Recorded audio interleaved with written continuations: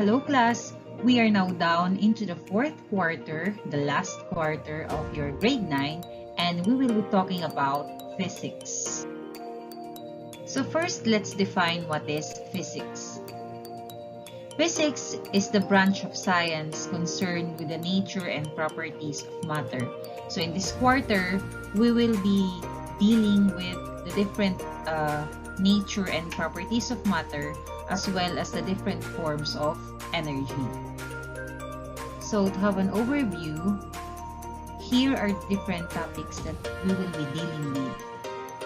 Firstly, we have the uniformly accelerated motion, UAM, in horizontal and vertical dimension. Second, we have the projectile motion. Third, we have the momentum. Fourth, we have the conservation of momentum. Fifth, heat, work, and energy. 6. How heat transfer and energy transformation make heat engine. And 7. How electrical energy is generated, transmitted, and distributed. So here are the key topics that we need to discuss in this fourth quarter. First, let's talk about uniformly accelerated motion, or UAM, in horizontal dimension. So UAM happens if a body maintains a constant change in its velocity in a given time interval along a straight line. Then it is said to have a uniform or constant acceleration. So let's understand the definition of UAM. First, it says constant change in its velocity. So it is underlined here. Constant change in its velocity. What does it mean? Constant means there's no change, right? So constant means palaging nagbabago, okay? Or palaging nagbabago ang kanyang velocity. Okay? That is how we translate, diba? And remember, once there's a change in velocity, it means nagkakaroon ng acceleration or bumibilis yung isang object or isang bagay. Okay? And second is fix in a given fixed time interval. So these are the two conditions that we need to consider in UAM. Again, constant change in velocity. Once a constant change in velocity happens, then acceleration takes place or bumibilis siya lalo. And dapat yung kanyang pagbilis is in a given time interval. Okay? If the two condition meets, no, nagkakaroon ng tinatawag natin na uniformly accelerated motion. So in our example, in your module, nasa module natin yan. Okay, so here's the picture in your module. Okay, so we have here a car, right? Car moving in 10 meters per second, and then we have 20, we have 10, and then we have 20 meters per second and 30 meters per second. So the given amount here is the velocity of the car. Okay, so this is the velocity. Okay, so first, in the time of 1 second, okay, 1 second siya, 10 meters per second ang kanyang velocity. Then, after 1 second ulit, okay, 2 seconds na siya, then ang kanyang velocity is 20 meters per second. Another 1 second, naging 30 meters per second. 30 meters per second ang kanyang velocity. Now, balikan natin yung definition ng UAM. It says here, constant change in its velocity. So, there is a constant change here of the velocity, right? So, from 10, 20, and then 30. So, that means nagkakaroon ng acceleration. And second is at a given time interval. So, the given time interval here is in every 1 second, kasi kasi ito, nadadagdagan siya ng 1 second, there's an increase of 10 meter per second, right? So, yun yung kanyang time interval. So, once these two, the velocity increases at a constant rate, given the time interval, then there is a uniformly accelerated motion, or the body is said to be under constant acceleration or uniformly accelerated motion. Okay? So, this is how we define UAM. Here are the different equations used under UAM, or uniformly accelerated motion, in horizontal dimension. First, we have Vf is equal to Vi plus A times T. Second, we have D is equal to Vi times T plus A times T squared over 2. Third, we have Vf squared is equal to Vi squared plus 2 times A times D. Okay, so anong ibig sabihin ng mga letters na yan? Vi means the initial velocity, or the velocity of the object before magkaroon siya ng motion or magkaroon siya ng movement, diba? We have the final velocity, or Vf, which means yung last niyang naging velocity. Acceleration, A, and T is for time. D is for displacement, not distance, ha? So, we are using displacement under UAM because UAM is a vector quantity. And a vector quantity requires magnitude plus direction, which means kung gagamitin natin ay displacement, we have to include the direction of the object. Another thing for you to consider are the different unit used in those different quantities under UAM. So, ito rin yung magiging guide ninyo while answering different problem solvings under UAM, kasi sila yung mag-guide sa inyo, itong mga unit na ito, sila yung mag-guide sa inyo sa mga different givens. Okay? So, kapag velocity, meter per second ang kanyang unit na ginagamit. Pwede rin namang kilometer per hour or miles per hour, but the standard is meter per second. Time, we have second, pwede rin namang hour or minutes, but the standard is second. Displacement, we have meters plus the direction. So, include yung kanyang direction if it is north, south, east, or west.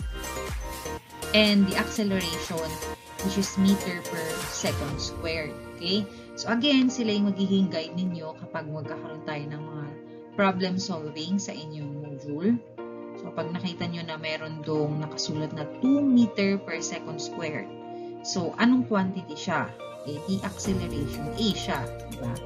So, balikan natin yung ating equation. So, pag binasa natin to na included yung kanyang pinaka-meaning talaga. So, ito, kapag nawawala ang final velocity, Vf kasi diba, final velocity is equal to initial velocity plus acceleration minus time. So, since magkatabi silang dalawa, gagamitin natin operation ay multiplication. Okay, next is kapag nawawala naman ang displacement, okay, displacement is equal to initial velocity, okay, times time plus acceleration, then time squared over 2. Okay, so dito sa equation na to, equation number 2, kapag gagamitin natin to, lagi nating i-consider lagi yung MDAS rule. So, MDAS rule means multiplication, division, addition, and subtraction. Laging uunahin natin yung multiplication. So, ito muna. You have to multiply the time to itself, di ba? Ganun muna. Bago nyo siya i-multiply sa acceleration, divide sa 2, and so on. Okay? Then, second is, Vf squared. Kapag nawawala naman yung final velocity, pwede rin itong gamitin. Okay? So, Vf squared or final velocity squared is equals to initial velocity squared plus 2. The 2 here is a constant number, so hindi mo yan pwedeng baguhin. 2 talaga yan. Times acceleration times displacement. Okay? So, yun yung Yun yung mga ginagamit natin. So, bakit dalawa yung formula ng final velocity? Kasi depende sa given mo kung ano yung available na given mo, yung pasok, no, na pwede natin gamitin. Either of the two formulas. Okay? So, yun. Okay, so let's try to answer sample problem number 1 in your module. So, it says here, an airplane from rest accelerates uniformly on a runway at 5.5 meter per second squared, 20.25 seconds until it finally takes off the ground. What is the distance covered before takeoff? Okay, so that is the problem. So, here are the things that you need to do, the step-by-step proper on how to answer different problems on the UAM. First is you need to identify the given. So, ano ba yung mga given natin sa problem na to? So, we have 5.5 meter per second squared and we have 20.25 seconds. Okay? So, remember that I've already told you that for you, or the key for you to identify the different given is the unit used. So, yung mga unit nila, no? And, minsan kasi hindi naman nila sinasabi, this is the time, or this is the distance, no? So, in this problem, it says here, an airplane from rest accelerates uniformly on a runway. So, it says here, it accelerates on a runway, which means yung kanyang acceleration 5.5 meter per second squared. And remember, the unit used for acceleration is meter per second squared, right? So, dun pa lang, dapat ma-identify mo na siya. Unless, hindi sinabi na yan ay acceleration. And then, so, we have acceleration, right? So, A is equal to 5.5 meter per second squared. Okay, another given is, ano yan, pag seconds, we have time. So, T is equal to 20.25 seconds. Okay, so seconds yung ginamit. Now, isa pa sa mga given na naka-hide or hidden dito sa problem na to is the word from rest. If you happen to encounter this word from rest, no, it means the initial velocity of a certain object is 0. Okay? So, bakit 0? Kasi, pag sinabi natin from rest, nag-start siya na wala pa siyang initial velocity. So, pwede natin sabihin na ang initial velocity niya ay 0. So, VI here is 0 meter per second. Ibig sabihin, yung airplane na to ay nag-start na 0 ang kanyang initial velocity. So, include natin siya sa given. Included siya sa given. Again, kapag na-encounter nyo to sa any problem regarding UAM or free fall or in any other problem, ibig sabihin kung ang kanyang initial velocity ay 0. Now, second is, what is the unknown? Or ano ba yung hinahanap natin dito sa problem na to? So, the question is, what is the distance covered before it took off? Okay? So, ano daw yung distance? Yung hinahanap, no? So, don't be confused in using distance and displacement kasi in UAM, we can use them interchangeably. Okay? So, ang hinahanap natin is yung D. Wala yung D. Or wala yung distance according to the problem. So, ano ba yung mga equation na ginagamit natin kapag nawawala ang D? So, balikan natin. So, we have here D is equal to VI times time plus 1/2 AT squared. Diba? So, we can use this equation. So, yun yung gagamitin natin equation. So, susulat natin dito. D is equal to VI times T plus AT squared, close and open, over 2. Pwede rin ganyan na. Pwede rin yung sundin yung 1/2 squared by 1/2 or A times 1/2 squared. Okay, next is for you to substitute the given. So, pag sinabi natin substitute, yung given natin ay ilalagay natin dun sa equation na gagamitin natin. So, D is equal to, ang VI natin sa given ay 0. So, lagay natin 0 meter per second times, anong time natin? Ito, diba? So, we have 20.25 second plus, anong acceleration natin sa given ay 5.5 meter per second squared. Then, yung time natin ay 20.25 second squared over 2. Okay? So, yan yung ating substitution ng given. So, now, calculator natin. Again, unahin muna yung MDAS, diba? So, ito muna yung unahin natin. 20.25 squared is 40 or 410.06. Okay, so we have 410.06. Okay, so since minultiply mo siya sa sarili niya, magiging second squared yan. Okay, then itatabi natin si 5.5 meter per second squared over 2 plus 0 meter per second times 20.25 second. Kinapi lang natin, ha. So, ito, pwede ba yan? Pwede ba silang dalawa? Hindi, diba? Any number multiplied to 0 is 0. So, cancel na yan. Wala na yan. Okay, next is, ito, multiplication pa rin naman yan. So, ito na.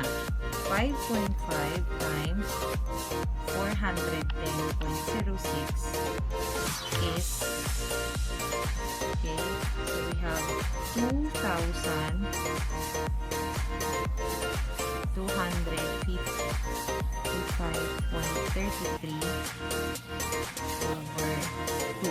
Okay, so this time, makikita nyo na yung mga unit na pwede nating i-cancel, diba? So, since meron ditong parehong unit, we have second squared and second squared. Cancel natin yan. Anong natitira? Meter na lang. Okay? So, madali na lang yan. Then, next is for you to divide this into 2. Diba? So, divided by 2. Okay, so our final answer is 1,127.67.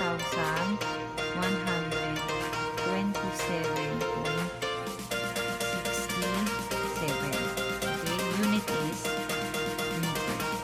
Okay, remember the unit used for distance or displacement is this meter, diba? So, ang final answer natin, D is equal to 1,127.67 meter. This is now the final answer.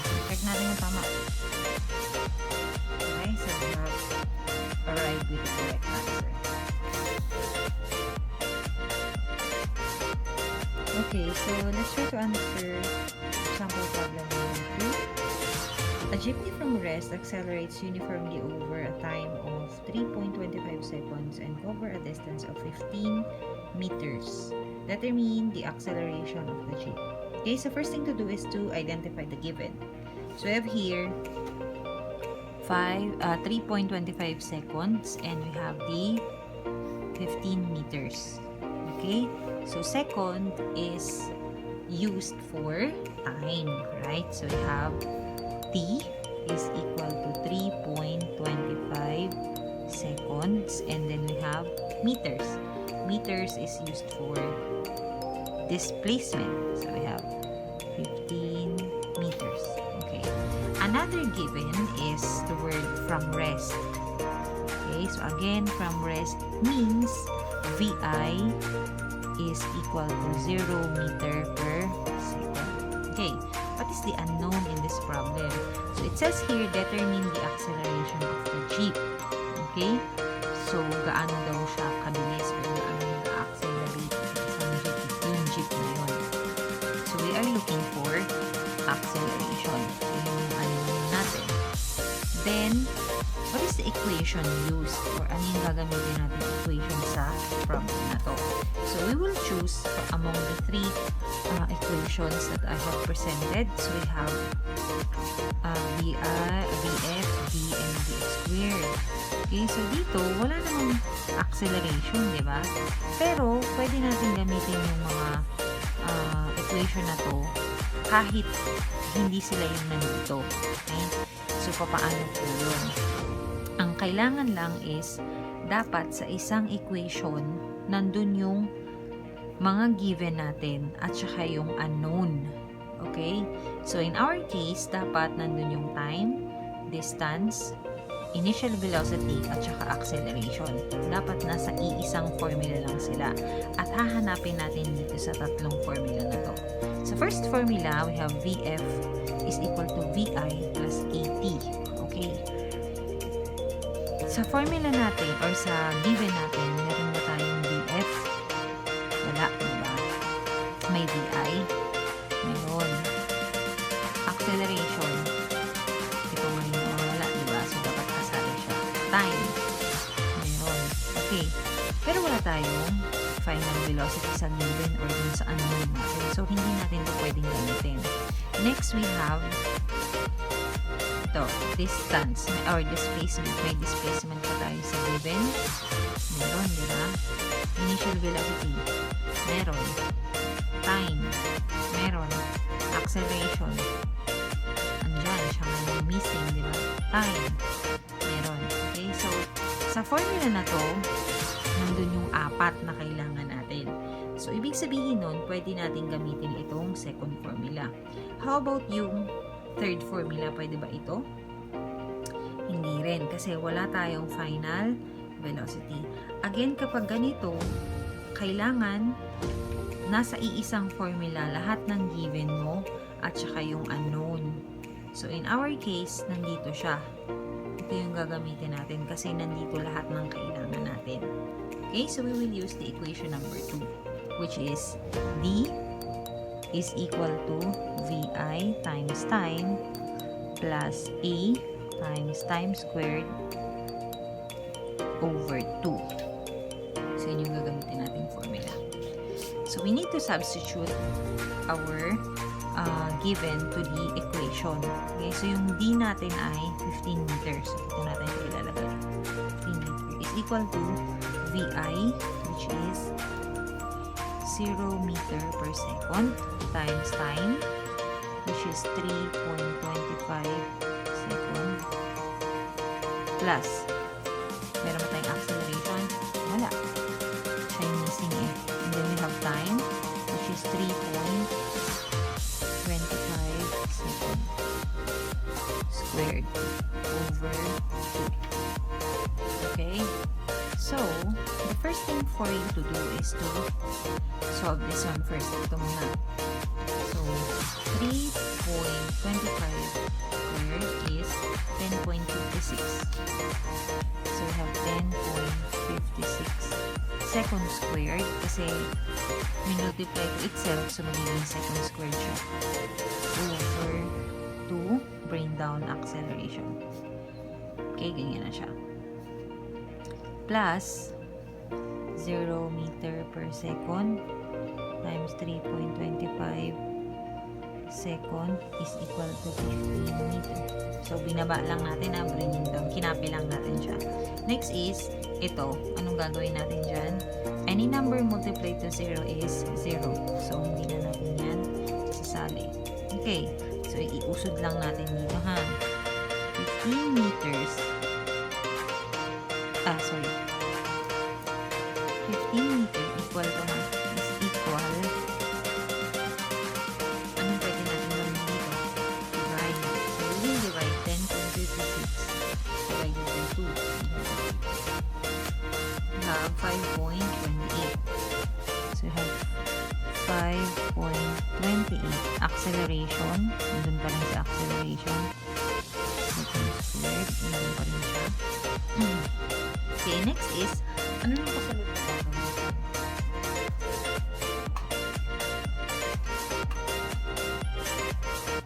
I-list ko lang po kung na-confused kayo.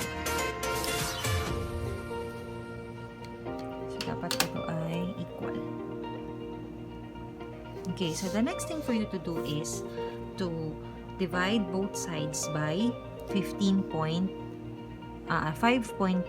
second. Okay, so bakit siya yung gagamitin nating divisor?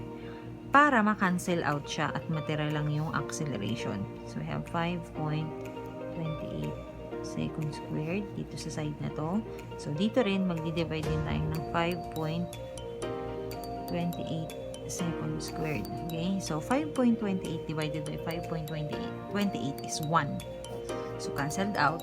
Natira na lang si acceleration. Next is, for you to divide 15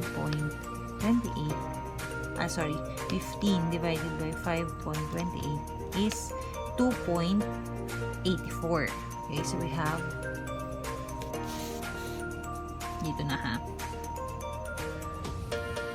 2.84 is equal to acceleration. So ito yung natira dito, base acceleration na lang. Ito naman yung sagot natin dito. Okay, anong unit yung gagamitin natin? So, since hindi natin pwedeng i-cancel si meter at saka second squared kasi hindi naman sila pareho, we need to copy them both.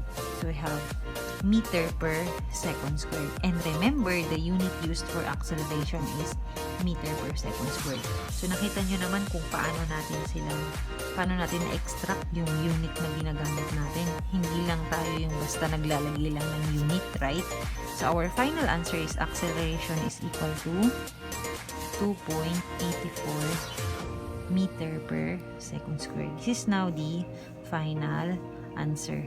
So, again, okay, pagdating na dito pag nakaganito na siya, always remember that yung gagamitin mong divisor is yung number na katabi ng missing, which is, in our case, yung number na katabi ng acceleration. Siya yung gagamitin natin divisor para ma-cancel out natin yung number na yun at matira yung desired natin na quantity, which is acceleration.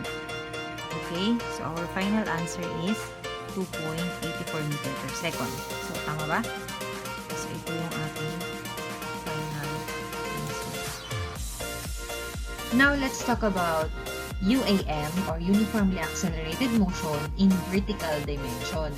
So, kanina yung horizontal in a straight line. Okay, so this time, vertical naman siya. Vertical dimension, uniformly accelerated motion under vertical dimension is also known as free fall, which is defined as a uniform accelerated motion in a vertical dimension. So, ibig sabihin, pababa siya, no?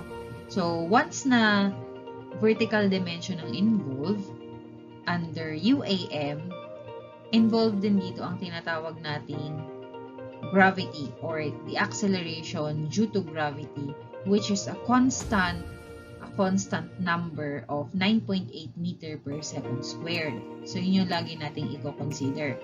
Now, under free fall, the only reason why an object move or nagkaroon ng motion is because of gravity. So, yun yung laging gagamitin nating rason, no, na nagkaroon siya ng movement. So, dito under ng uniformly accelerated motion ng vertical dimension, which is free fall, okay, the only reason why an object move is because of gravity. So, kanina sa horizontal dimension, okay, gagamitan mo siya ng force para mag-move siya ng straight path, right? But under here, under free fall, is the gravity. Now, ano yung mga characteristic ng free falling object? Para masabi mo na under free fall ang isang object, free falling object do not encounter air resistance. Okay? So, dapat walang air resistance.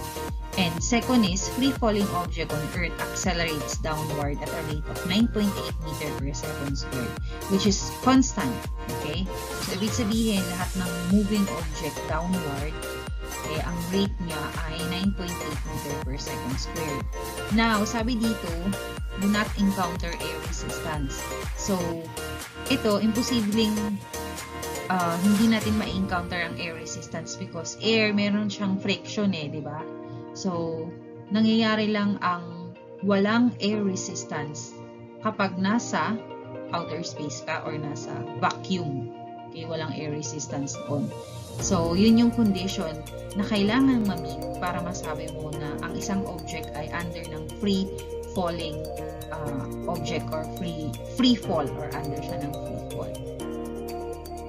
Here are the different equations of free fall or uniformly accelerated motion under vertical dimension. Okay, so first we have Vf is equal to Vi plus G times T. Second, we have V is equals to Vi times T plus G times T squared over 2. Vf squared is equal to Vi squared plus 2 times G times T.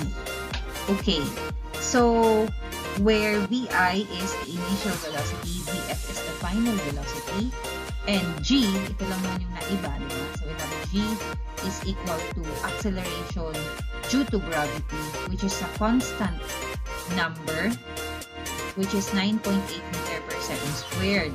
So sa problem natin, sa mga problem solvings na ma-encounter natin, if it is under vertical dimension, huwag mo nang hanapin sa given si gravity, ha? Kasi po, constant na yan. Nandyan na siya, ilagay mo na siya agad. Matic na yan, kasama lagi si gravity. Okay, remember that, ha? If it is under free fall. Pero kung sa horizontal siya, acceleration ang ilalagay mo dyan, di ba? So, notice that dito sa ating equations under free fall, yung dating A dun sa horizontal dimension ay naging G, di ba? Again, kasi nga, the only reason why an object move under free fall is the gravity. Kaya ang ilalagay natin substitute ng acceleration is the acceleration due to gravity, which is G, which is a constant number. Again, ha, constant na yan, ha, nandyan na siya. Automatic na nandyan si 9.8 meter per second squared. And then, T pa rin is for displacement. So, final velocity is equal to initial velocity plus acceleration due to gravity times time.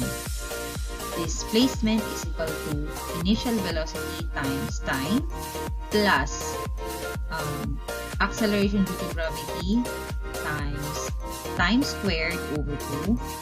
Vf is equal to, or final velocity squared is equal to initial velocity squared plus 2 times acceleration due to gravity times d. Okay, again ha, dito sa problem na to, sa formula na to, unahin muna yung m-das. So, ito muna. Mamamali kasi pag finalo mo yung ganitong format, diba? So, mamamali yung sagot natin dyan. Pwede rin yung inyong module kasi ang nakalagay dito is 1/2 squared, diba? 1/2 times t squared. Okay lang yun. Pareho lang din naman yun. So, mas ano kasi sa akin, mas parang hindi kasi intimidating yung ganitong format ng formula na to. Kaya ito yung nilalagay ko. Kasi pag 1/4, 1/2, parang ang hirap naman nun. Pero pag 2 lang yung nandyan. So pareho lang yun. Kung saan kayo dadalhin natin. Basta pareho lang yun. Wherein, ito na ulit, velocity is equal to, unit na ginagamit ay meter per second, time is second, displacement is meter, and acceleration due to gravity is still meter per second squared. So, I hope malinaw tayo siya. This time, let's try to answer sample problem solving under free fall in your module. So, in this problem, it says Z is fleeing to the ball on top of a building, but the ball falls and hits the ground after 2.6 seconds. What is the final velocity of the ball just before it hits the ground, and how high is the building? So first is we need to identify the given. So we have here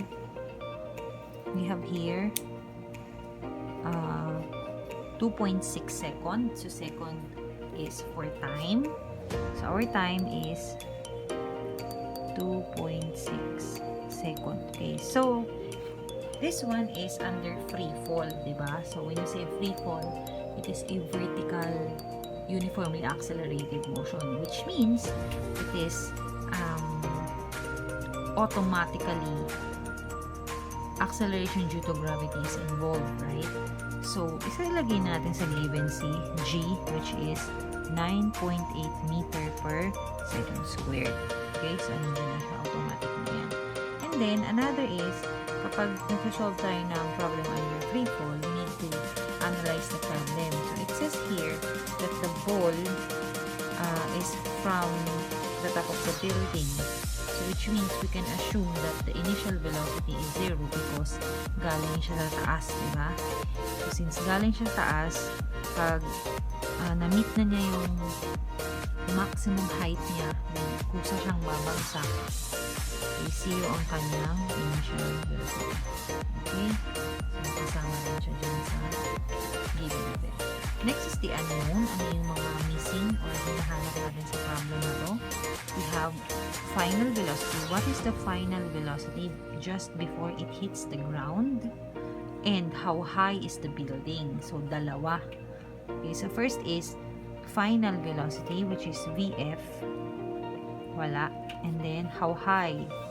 Okay, kapag how high, under siya ng free fall, we can use the D as a substitute for height. So, wala tayong D for height or H. Pwede yan. Okay, next is the equation. Anong equation ang pwede natin gamitin sa first na question, which is the final velocity? So, ito. Pwede ba natin gamitin ito? Okay. So, may VL ba tayo sa given? Yes. May acceleration ba tayo sa given? Meron. Acceleration yan, di ba? Acceleration due to gravity. Meron ba tayong time? Yes. Okay? So, since under na tayo ng free fall, we will use yung mga A natin magiging G. Yan. So, magiging G yan. Okay, so we will use the first equation, which is VF is equal to VI plus G times time. Okay. Pwede ba natin gamitin ito? Anong wala sa given natin dyan? So, dito kasi, pwede sana, kaso lang wala tayong distance. Hanapin pa natin yun, di ba? So, hindi natin ito pwedeng gamitin. So, applicable talaga yung first equation. Now, let's substitute. So, we have VF is equal to our VI, which is 0 meter per second plus our acceleration due to gravity, which is 9.8 meter per second squared, times our time, which is 2.6 seconds. Okay? So, VF is equal to, so M does multiplication muna, 9.8 times 2.6, we have 9.8 times 2.6, we have 25.48.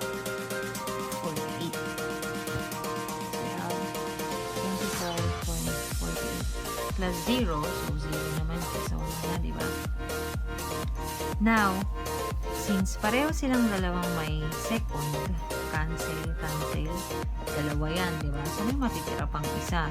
Kaya magiging meter per second na lang siya. So, our final answer for the first question is VF is equal to 25.48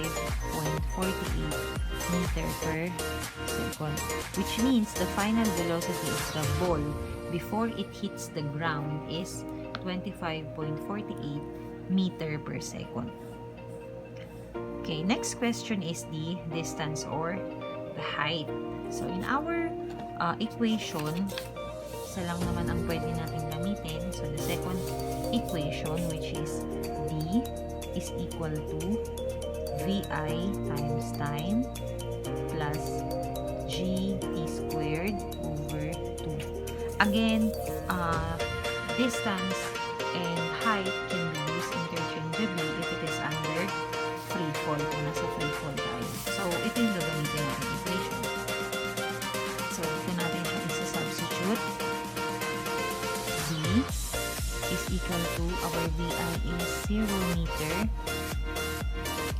per second times time, which is 2.6 seconds, plus 9.8 meter per second squared times our time, which is 2.6 seconds squared over 2. Okay? So, D is equal to, cancel na yan.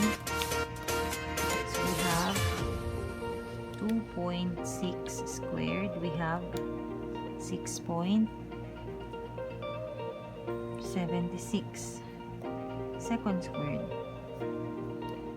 times 9.8 meter per second squared over 2. So, multiply na natin siya sa times 9.8. Okay, we have 66.248. Diretso na natin, divided by 2. So, we have 33. We have 33.124. Okay, so we have 33.124. D is we have 33.124. Anong mga unit? Anong magiging unit niya? So, ito, pareho, di ba? Cancel, cancel. Ano natira? Meter.